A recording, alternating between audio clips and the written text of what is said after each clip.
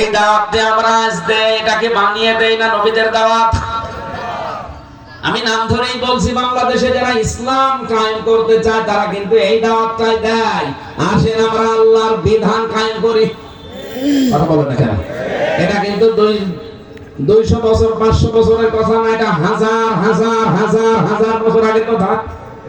শুআয়ব নবী তার গোত্রের কাছে গিয়ে বলেছিলেন, ক্বালা ইয়া কওমি উবুদুল্লাহ, হে আমার জাতির লোকেরা আল্লাহর ইবাদত করো। উবুদুল্লাহ মা লাকুম মিন ইলাহিন গায়রু, তিনি ছাড়া কোনো ইলাহ নেই।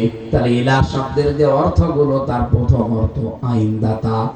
আল্লাহ ছাড়া আইন কেউ দিতে পারে না, এজন্য আমরা আল্লাহ ছাড়া কারো আইন মানি না। কথা বলেন না কেন? আল্লাহ ছাড়া অন্যের আইন মানা শিরক। এই শিরক যারা কায়েম করতে চাচ্ছেন, আপনার কি হবে নামাজ দিয়ে? কি হবে রোজা